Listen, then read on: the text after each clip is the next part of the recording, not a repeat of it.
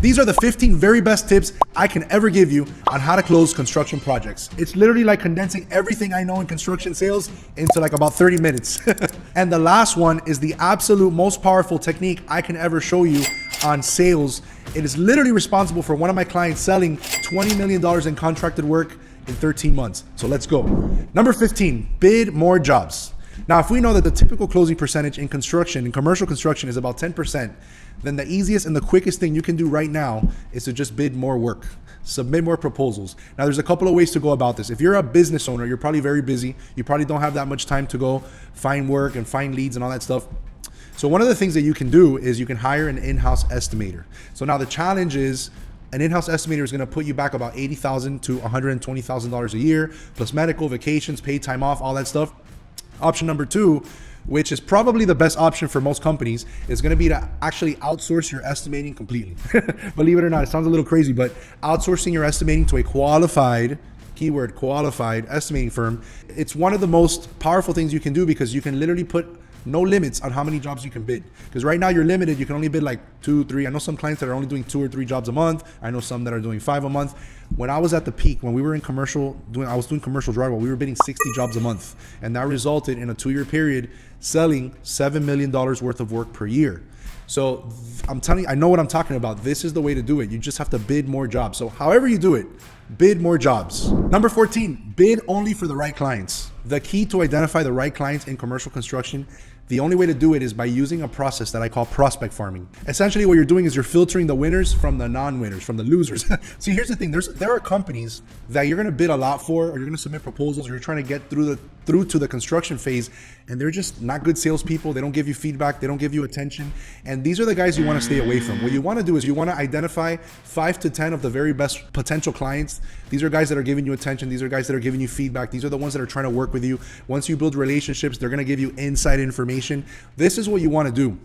And the only way to do it is by what I call prospect farming. So let me show you the breakdown. All right, so phase 1, what you're going to want to do is you want to go broad. You want to start bidding a lot of companies, not just a lot of projects, but you want to go broad and bid for a lot of companies. So let's say like the first, I want to say 3 to 6 months, you want to start bidding a bunch of different companies, because what's going to happen is you're going to go visit them. You're going to go get to know them. You're going to start getting feedback from them about your pricing. They're going to start giving you indications if they're serious about working with you.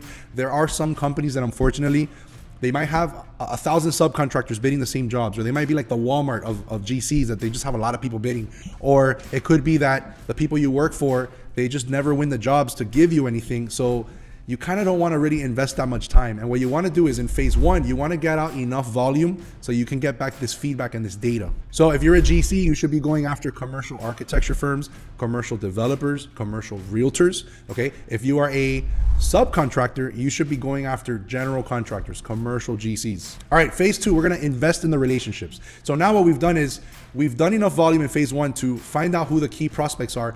What's going to start happening is a few of them are going to start standing out. They're going to start popping up. They're going to give you good feedback. They're going to give you good attention. They're going to give you inside information. And those are the people that you really want to invest in. They're going to be the most promising candidates. Okay, so what you want is you want to find 5 to 10 of the perfect prospects, because in the next phase, what we're going to do is we're going to go all in on bidding only for them. So phase 3, we're going to start bidding only for these clients. We're going to stop bidding for everybody else. We're going to put all our eggs in our baskets. And the reason we know that we can do that is because we've already gone through that first exercise of filtering out the bad ones. Not necessarily filtering out the bad ones, but what we did was we filtered to find the very best ones on round 1. And this is a never-ending process that you're going to go through, because you always want to set yourself up for repeat business. Because what you're doing is you're going in, you're building these relationships, they're identifying themselves and who wants to work with you, and then you're going to bid for them again and again. And in a second, I'm going to show you how bidding back to back for the same company is going to like multiply your results. But the idea here is you want to identify those 5 to 10 VIP clients so you can go all in. And then phase 4 is you're just going to keep repeating this process so you can keep adding repeat business. Number 13, only bid for clients that are great at getting projects actually into construction. There are a lot of clients out there that they're going to bid jobs and they can't win the jobs. Or if they're an architect or developer, they can't get the permits, or they can't get things approved by the county or by the zoning department, and projects just die sometimes. They just get canceled. What you want is you want to identify the people that can sell and the people that can get projects into the construction phase So you're not spinning your wheels, because otherwise you're going to be bidding and bidding and bidding, and they're going to hurry you up to bid and prepare budgets and all that, and it's not going to matter because they're not even going to win the job. So only focus on closers. Visit clients in person. I mentioned in person because we're now living in a Zoom society where meetings are now held on Zoom and interviews are held on Zoom and project reviews are handled on Zoom. Now, let me tell you something. There's nothing like visiting in person, shaking hands, looking somebody eye to eye. There's something about that. We are nonverbal creatures. Human beings are nonverbal, and whenever you are talking on the phone or sending emails, you're knocking out about 93% of communication. When you're in person, you're shaking hands, you get that intuition, that sixth sense of the person, and that's, you want to vet them and you want them to vet you, because you're trying to come off as, I know what I'm doing, I know my stuff, I can finance my jobs, I can perform quality for you, and you can't do that. You can't do that. It's kind of funny because dating is a lot like sales. Would you rather go experience a date, actually go to a date with her, or would you rather just text her? Where do you think you're going to get the most information from, the most communication, that most interaction? You're going to get it on a date. So the same thing, it kind of puts it into perspective, because we're asking these guys to give us $500,000 contracts or $1 million contracts. Yeah, we don't want to go visit them. We're going to send them a PDF and an email just attached. Number 11, follow up every 3 weeks. There is a statistic out there in business to business sales that it shows that it takes about 10 contact attempts to close a sale. And most people don't get past 2 contact attempts, meaning you're probably calling to follow up, right after you submit the proposal, and maybe once or twice after that, and that's it. And the truth is that that's not enough. And in commercial construction is the same thing. There's permitting that's occurring, there's financing, there's negotiations, there's attorneys, there's a bunch of things happening behind the scenes that we don't really know about, or that we don't really pay attention to, and we should pay attention to, because that lets us know that there's a long sales cycle. So what you want to do is you want to build what is called a pipeline. And whatever you do today, you're not really going to see the results for 3 to 6 months. And a lot of the little guys, it's crazy because a lot of the smaller guys drop off our program because they can't finance the jobs. But about the 3 to 4 month point is when I see it's like boom, boom, boom. So how do you do it? Every 3 weeks, you're going to call for a follow-up. And what you're going to do is you're going to batch your calls. You're not just going to call every 3 weeks, every single project. If not, you're going to be all over the place. So whatever you do this week, I'm going to set myself a schedule 3 weeks from now, and I'm just going to go down the list and I'm going to call everybody. Boom, boom, boom, boom, boom, boom, boom, boom. And I'm going to consistently do that. Think about it. If you do that every 3 weeks, that means that, let's say, a fourth of your list you call on week number 1. A fourth of your list you call week number 2. A fourth and a fourth. So every week you're calling a fourth of your list. So if you're bidding 5 or 10 jobs a month, you're probably only calling 10 or so people to follow up on specific jobs at any given time. Okay, because at some point they're going to tell you, we didn't win the job, it got sent to somebody else, we gave it to somebody else. You're going to start hearing those things. But you also start hearing, hey, it's looking good. Hey, we're having some meetings with the owner. Hey, it looks promising. So what you want to do is you want to call every 3 weeks until they tell you that, they gave it to somebody else. You want to keep calling. And there's going to be a time that they start giving you those indicators like, hey, we're close. That's when you start calling every 3 days. Because what you want to do is you want to be in a position where when they get awarded the job, they're going to tell you, usually the estimator you're talking to or the project executive or the project manager, they're going to tell you who's in charge of the project, and you're going to be able to call them and start negotiating right there. Boom. So now, why is follow-up important? Number 1, you want to stay in front of the prospect, so when the job gets awarded, you're there to negotiate, like I just said. Number 2, you want to build the relationship, because the way people are going to buy is on your relationship. It's not just your price, but it's also the relationship you're building with them. Okay. Number 3, you're going to let them know that you're serious and professional, because the guys that are little guys that aren't really serious companies or they're disorganized, they're not going to really be doing consistent follow-up. If you're doing follow-up, they're going to know that you're serious and ready to work with them. Number 4, you're going to get inside information on the project. The most important thing you can get is price on your feedback, the numbers, where the market is. You're going to get information on your scope. You're going to get a lot of data back where you can adjust that bid for negotiating purposes, and you can also adjust future bids with the information they're giving you. So what is the official recommendation? Simple. You're going to visit, you're going to make phone calls, you're going to text them, and you're going to email, and you're going to alternate them. All right. So your follow-ups don't always have to be on the phone, and they don't always have to be text. I would literally just alternate them. Number 10, negotiate a package deal.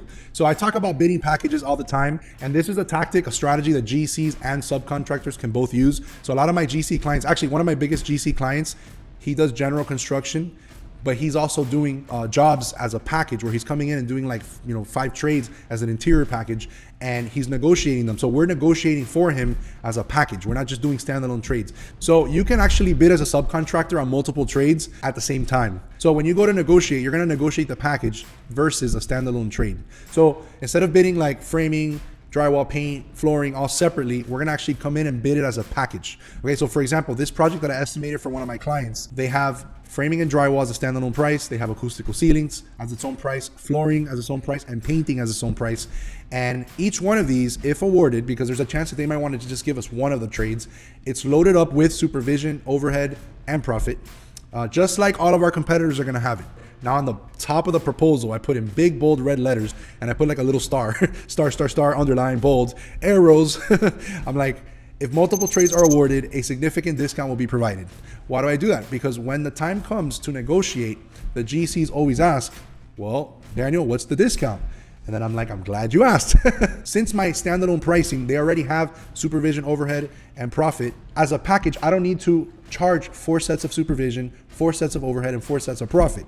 So I have a lot of money there to play with. I could shave off 3 sets of supervision, 3 sets of overhead, 3 sets of profit, and I could shave. If I'm coming in, if a job is bidding separately $400,000, I have a lot of money there that I can shave off and bring that number down to like $350 if I need to. But my competitors would freak out if they had to drop 50 grand from one of their standalone prices, because they just can't. It's impossible. So it's funny because it's not fair to the other guys that were able to beat their price as a package. All right, that being said, number 9, do what I call bidding sprints. So this same client that I just showed you the proposal, we started bidding for the same guys. So we did the whole prospect farming thing where we identified who's the best people to bid for, and then we started going all in. And what happens is when you bid consistently in a very short, condensed period of time, these guys are gonna get to know you. So for my client Hitoshi, the GC actually said, I like your pricing. The last 2 jobs you submitted, great proposals, great pricing. We didn't win those other jobs, but this third one, it's a negotiated contract. So I think they had like a cost plus contract or something like that. And he says, I don't have somebody to do this work, so as long as you give me a decent price, the job's pretty much yours. Boom, this is what you want. You want to get in a position where now you get enough volume in bidding so that things like this happen. You get lucky by doing sprints because you want to keep bidding consistently so that you can get noticed. Number 8, offer budget estimating as an additional value of working with you. Now, one of my clients named Maverick Construction, he's actually killing it. He's crushing it because what we figured out what he's doing now is he's going to architects' offices and he's offering consulting. He's not coming in offering construction services. He's offering consulting, almost like architect rep type stuff. Because what happens is a lot of times plans have issues and they go over budget. They have issues with the actual design. There's problems that will lead to change orders later. So it's kind of like what an owner's rep usually does, but he's doing it with the architect.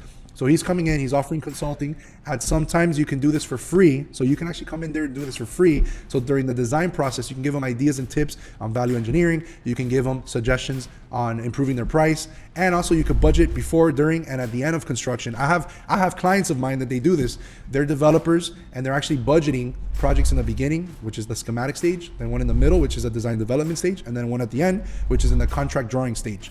And what happens is you're gonna be able to give the data, give the numbers to the architects to be able to make good decisions. So what happens? The client is happier, the architect is happy, you're helping them out, and you're preventing them from having to go do a bunch of redesigning.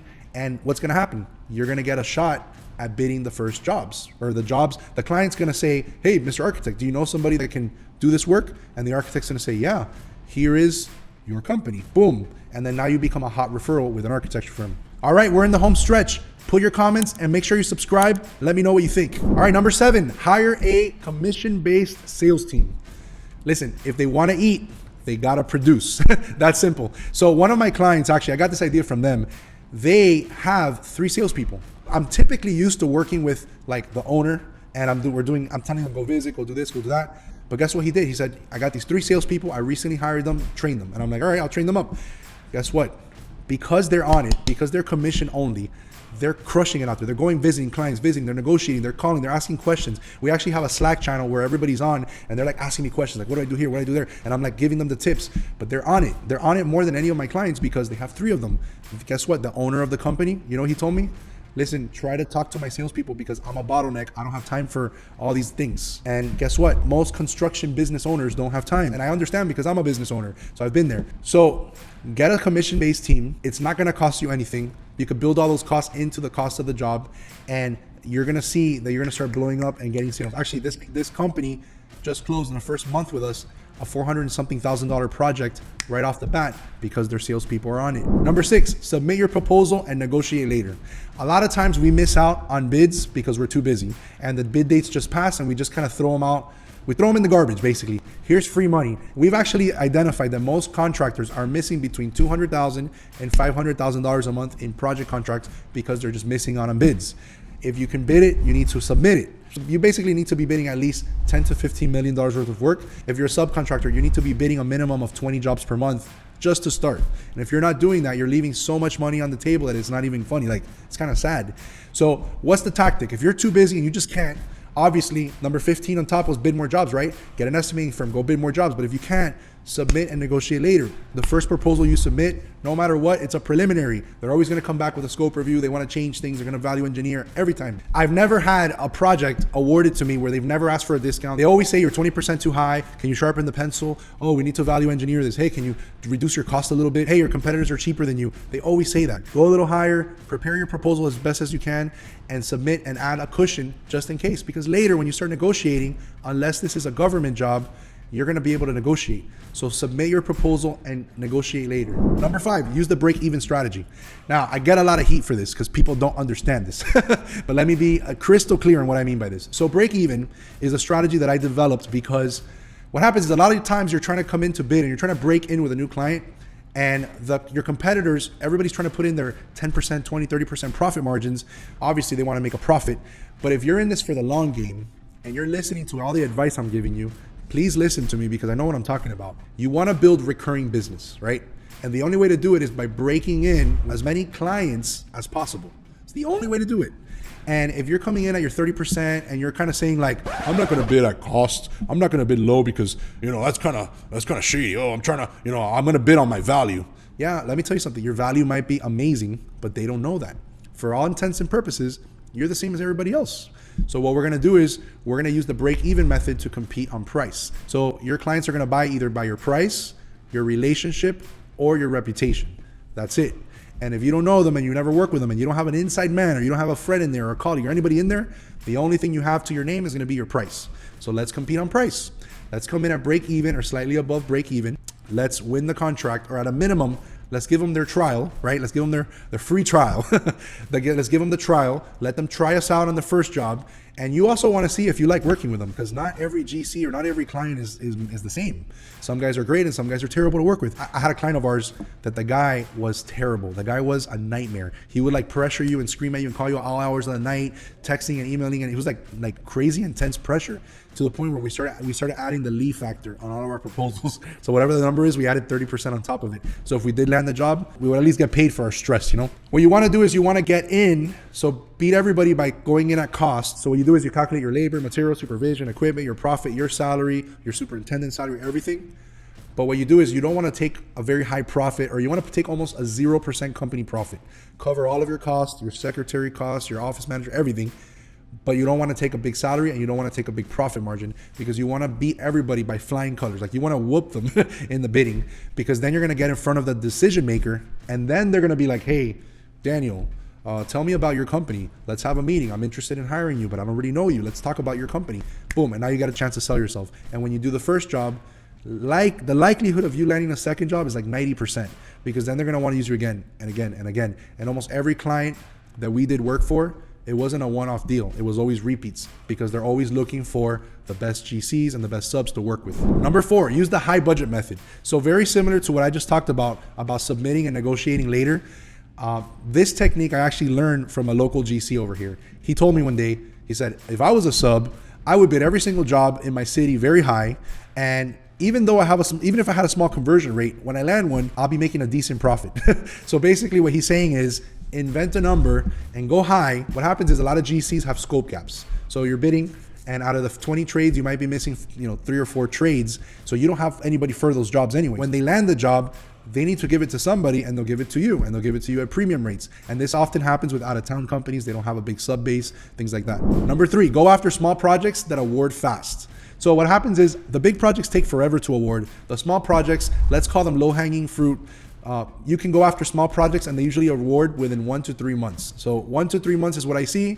The medium jobs, or the jobs that are a little further out, sometimes it's 3 to 6 months. The big jobs take a long time. So what you want to do is you want to focus on, especially in the beginning, tenant build-outs and things that people have to pay rent from day one. So for example, if you're getting a space in a mall or a strip mall, those people typically either start renting day one, paying rent on the first, or they get what is called a fixation period, where they get 3 months or 6 months to do their construction.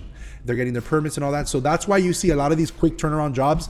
They start doing all the like the demo and the trenching and all that stuff before they even get the permit, because they're trying to move quickly. So those are the jobs that you got to go in and out fast and bid them. Bid as many of those as you can so they can award you quickly. Number 2, go after big jobs. Don't be scared. When I was in the commercial drywall company, my boss was used to doing $20,000 and $30,000 contracts, and the biggest one they had gotten was $100 grand, and he thought that was like amazing.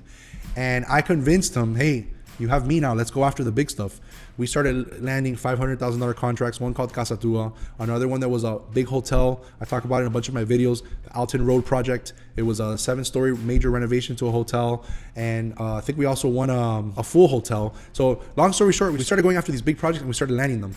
Now, the thing is that for a long time, I was convinced you got to get in with them and build yourself up, because that's how we did it. And I would always advise on, hey, don't go after big projects if you're small, because they're not going to give it to you. But guess what? I've recently changed my perspective. One of my clients, Yoshi Corp, which is the one that I just showed you, he's about to land a $1.1 million contract on one of the first jobs we bid for him. I think it was like the 4th or the 5th job that we bid for him, because we just decided to bid a package. And because it's a package, there's a bunch of trades in there, and it adds up to over $1 million. And what's crazy is that I didn't think they would give him a package. I thought at a minimum we'll be in the running for one of the specific trades, but the GC is actually considering him for the full package, which is crazy.